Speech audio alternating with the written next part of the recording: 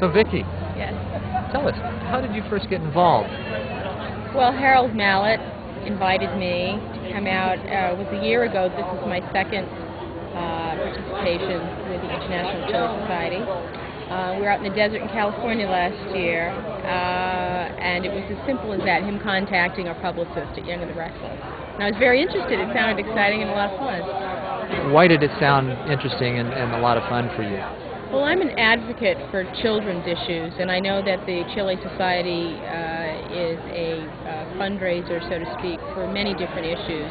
I'm an advocate for foster care. It's my background particularly, and I do lobbying for the Child Welfare League of America in Washington, D.C. So fundraising on a large scale is a very big part of my fabric, my personal fabric. Now, with the involvement of the humanitarian aspect, do you find that more and more people, particularly of your caliber, are getting involved? And more specifically, is it something that's coming from a heart level, or is it something that they're getting involved with just to expound on the celebrity status? I think both points that you brought up are true. Unfortunately, for the latter, I don't appreciate. I feel that my involvement is purely something that I grew up with. I feel like I've been involved in foster care, and I certainly have been involved in foster care all of my life. Family participation. Right, that was your daughter Mia. I feel that certainly there are people out there that get involved in fundraising for their own gains. But I'd like to think that the majority of people that become involved are involved because they are genuinely interested and passionate about the issues. I know a lot of us look at the political field or the political genre and look at the, kind of the comedy involved in it, because it seems that to date, it's really hard to get things done, and it really takes that grassroots level involvement.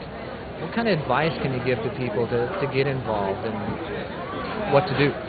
There's no question that there is an incredible amount of bureaucracy out there, a lot of red tape. What I say is go to your local council, vote locally.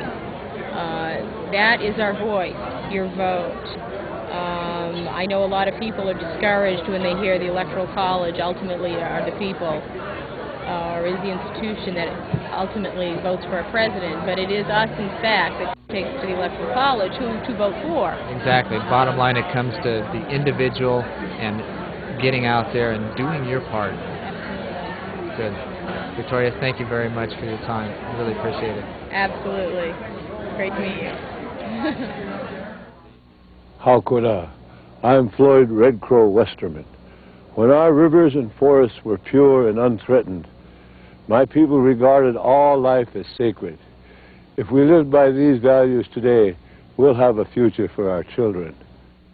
Well, guess what? We've got Larry Mahan here. He's international rodeo champion, and we're going to take a few minutes here and just ask him what his involvement is with the International Chili Society, and particularly this event. Larry, glad to have you here. Nice to be here. Thanks for taking the time. Now, how did you're a judge or a final judge of the chili cook-off here, but there's a lot more involved here than just the chili cook-off. It's for helping the Boys Hope of Arizona. How did you get involved with it? What prompted you to become affiliated with this? Well, the man who's very involved with the International Chili Society is a man named Jim West from California. And we've been friends for many, many years. We produced a couple of rodeos together at the World's Fair in Spokane back in 20,000 years ago, 1974 or 5. And then when he got involved with the Chili Society, Jim called me on occasion to be one of the judges, and so I've judged 6 or 7 contests over the past few years. Have you been able to see the kind of benefits that this type of event has for an organization like Boys Hope? Well, the thing that I found is that all organizations like Boys Hope or people who are not as fortunate as most of us, number one, they need money.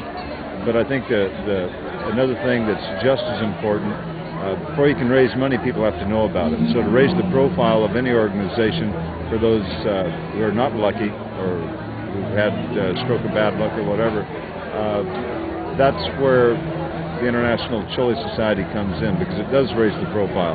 It makes people more aware, and I'm fortunate that, I mean, my life's pretty good, so I can come out here and have fun and meet a lot of nice people and see old friends that I've had for a long time. But the bottom line is to make people aware of what's going on, and as time goes on, it seems like we have more and more problems on this planet, whether it be environmental problems that we have to deal with, or people that don't have homes, or young people who've been abandoned, or it didn't work out in the family situation for whatever reason, from deep-seated problems that I'm not smart enough to figure out. But so I mean, overall, it's a great cause, because people, even though they come to the event thinking that they're having fun, they find out that there is an area there that needs help. Let me ask you something on a little more of a political realm. Do you think the change of administration now and the positions that Clinton and Gore have are going to have an effect overall on the general population of the United States as far as getting involved in the act? That's hard to say. I mean, I think that everyone, it's not Clinton or Gore, they can't make drastic changes. It's, over the years, I mean, there's been a lot of years go by that created the problems that we have. There's not one person or two men that can change that. What it boils down to is harmony. The problem that we have, is the way I see it right now, is, I mean, Congress or whatever, I mean, it's like people getting a divorce, walking out of the courtroom, and then the judge says, okay, now you have to get along, you have to make the world happen. They can be leaders in their own right, but unless we have harmony through the people who run the country, it's not going to make that much difference. And no matter who we vote for, and people take all that so seriously that they really dislike their neighbors because they didn't vote or have the same feelings as the people that live in the house next to them. Kind of silly and self-centered, isn't it? Well, it really is. And it's, to me, it's a very egotistical situation where people say, I'm going to do this, and I'm going to do this, I'm going to do this, you're going to see all the changes. Whoa. I mean, two men will not change it. It's going to take all the people up there in Washington. It's going to take all the people here that vote for the people in Washington to make the difference. It takes each and every one of us. And it even goes beyond the vote, doesn't it? It comes to the level of individual participation, whether they vote or not. It comes down to that real level of you and I and everybody that we associate with having to get involved in the act. With the way the planet is in this day and age, I mean, we all need to think about making a contribution. And there are some people that cannot make contributions in some of the countries around the world. We're fortunate that we live in this country, even though they say, well, we're having tough times. This is a piece of cake compared to countries in the Far East. And of course, we have major problems here, but again, it's something that we all have to get involved with. It's not a two-man team that's going to change it. I don't care what they say, and that's an old bull rider's philosophy. And obviously, you have to be real smart to ride bulls and bucking horses for a living. Although they don't do that anymore.